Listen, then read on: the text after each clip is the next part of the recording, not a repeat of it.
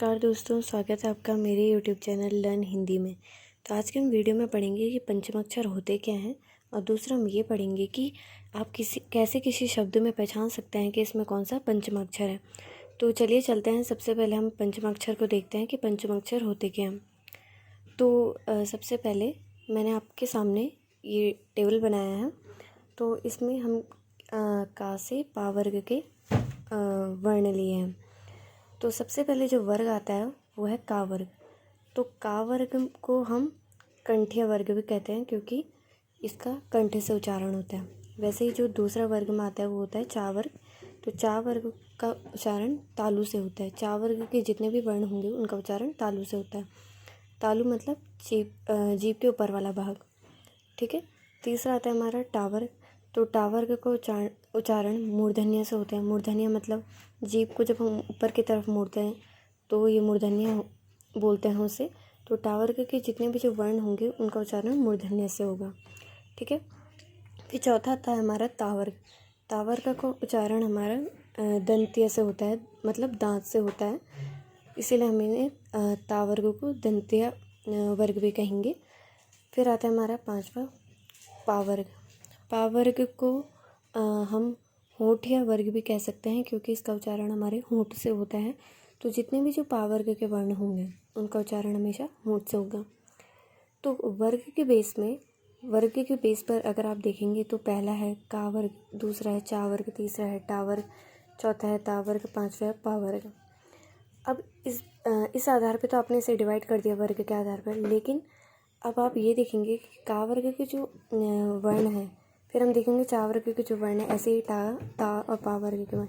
तो ये जो पहला वर्ण होंगे, सभी वर्ग के पहले वर्ण को हम प्रथम वर्ण कहेंगे।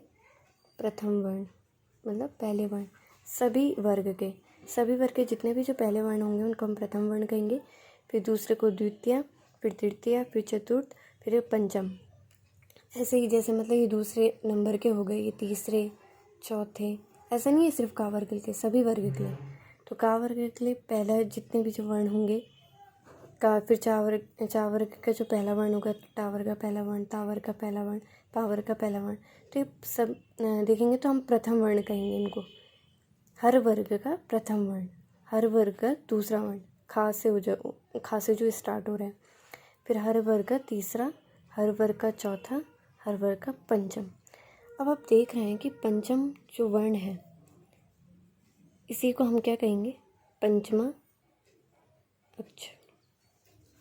पंचमा अक्षर, इन्हीं को हम पंचमा अक्षर कहते हैं। ठीक है। तो आप ये देखेंगे कि इसी को हम पंचमा अक्षर कहते हैं। तो ये जो हमारे जो जितने भी का से पा वर्ग के वर्ण आते हैं इनको हम स्पर्श व्यंजन भी कहते हैं। क्या कहते हैं? स्पर्श व्यंजन। और दूसरा इनका नाम है वर्गीय व्यंजन। स्पर्श व्यंजन और वर्गीय व्यंजन। का से लेके पा वर्ग के जितने भी वर्ण होंगे उनको हम स्पर्श व्यंजन और पंचमा अक्षर हम इनको कहेंगे। इनमें कंफ्यूज मत होना। ये जो पंचम वर्ण होते हैं उनको हम पंचमा अक्षर कहते हैं, और का से लेके पा वर्ग के जितने भी टोटल वर्ण होंगे उनका हम स्पर्श व्यंजन और दूसरा वर्गीय व्यंजन का नाम है।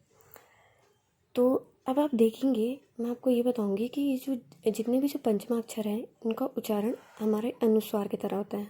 अनुस्वार ऐसे, ये जो आपने बिंदी देखी होगी इनकी तरह होता है। अब सबसे पहले आप ये बोलेंगे कि अनुस्वार होता क्या है। कई क्वेश्चन ये भी उठता है कि अनुस्वार होता क्या है, कईयों को पता नहीं रहता है। तो अनुस्वार हमारा इस मात्रा को कहते हैं। आपने किसी भी शब्द में देखा होगा तो ये जो बिंदी लगती है उसे हम अनुस्वार कहते हैं। तो आप ये देखेंगे कि अनुस्वार जो होता है हमारा, उसका उच्चारण हमारे नाक से होता है। अनुस्वार का उच्चारण हमारे नाक से होता है, इसलिए हम इनको अनुस्वार कहते हैं। लेकिन जो पंचमा अक्षर है इनका उच्चारण नाक और मुख दोनों से होता है। इसमें ये डिफरेंस है पंचमा अक्षर में कि इनका उच्चारण नाक और मुख दोनों से होता है, लेकिन जो अनुस्वार है उनका उच्चारण सिर्फ नाक से होता है। ठीक है। तो आप समझ गए होंगे आपके अनुसार क्या होते हैं कि इनका उच्चारण नाक से होता है। कंठ, जो हमारा कंठ है उसका डायरेक्ट वो नाक पे से उसका उच्चारण होगा। ठीक है। और जो पंचमा अक्षर होता है उसका उच्चारण कंठ से हमारे मुंह में आता है, फिर मुंह से हमारे नाक में आता है। तो इनमें ये डिफरेंस है। अब अगर मैं ये बोलूँ कि जो पंचमाक्षर हैं ये बिल्कुल नहीं, लेकिन इनका उच्चारण हमारे अनुस्वार जैसा होता है। सेम नहीं होते हैं अनुस्वार जैसे, लेकिन उनका उच्चारण हमारे अनुस्वार जैसा होता है। देखिए कैसे, आप कोशिश करिए कि आप ये जो पंचमाक्षर है ना, इसका उच्चारण आप अंग के जैसे करें, इस अनुस्वार के जैसे करें। तो आप देखेंगे क ख ग घ ण, हाँ ठीक है। वैसे ही अगर हम चा वर्ग में करें च छ ज झ ञ, अब आप बोलेंगे कि हमें अलग अलग उच्चारण स्थान है, मतलब इनका अलग अलग साउंड सुनाई दे रहा है। क्यों ऐसा क्यों? क्योंकि हमें पता है कि अगर आप इनको सेम उच्चारण करने की कोशिश करते हैं इस अनुस्वार की तरह, तो आपको अलग अलग साउंड सुनाई देगा। क्यों? क्योंकि इनका उच्चारण स्थान अलग अलग है।